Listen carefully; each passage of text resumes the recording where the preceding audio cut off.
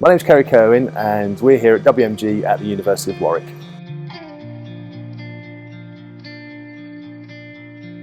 So all of our research relates to net zero. It isn't just about carbon though. We do other things like water and land usage, where materials come from, where they go to, how we put them together in such a way that we can actually take them apart, and that's a real big challenge for the world. The fun part about it is actually when stuff goes from our labs into the real world, it turns up in products and services that sometimes people don't even know they're in there, but they are making a real difference to the environment even as we speak. I was very lucky. I managed to get an EPSRC Challenging Engineering Fellowship right at the beginning of my academic career.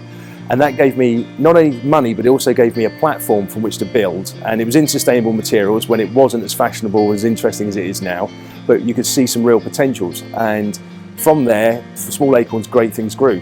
One of the great things about having EPSRC funding though, is that it gives you that flexibility to react and do things that perhaps you wouldn't necessarily be able to do with other sources of funding. So you have a lot more ability to think out of the box and, I say, do some really cutting edge, out there thinking. Most of the barriers that we have to achieve net zero are actually down to us as human beings and what it is we want to do and what we're prepared to give up in order to achieve net zero.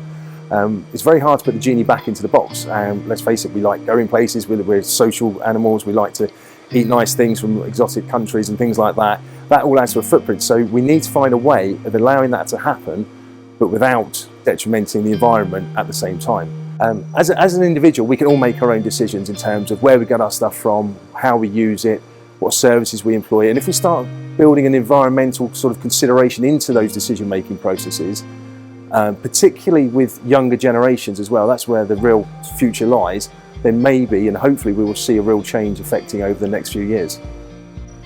In terms of next steps, what we really need is some joined up thinking across the different stakeholder areas in our community, so the public, so governments, so sort of economists and financial markets, and also the technical aspects as well. When they align, then we'll get some real results. At the moment, everyone seems to be a little bit ploughing their own furrows and it isn't really coming together. That will mean compromise, obviously, and that I think is possibly the biggest challenge. We have to start compromising in what we're prepared to accept and prepared to do in order to get to net zero.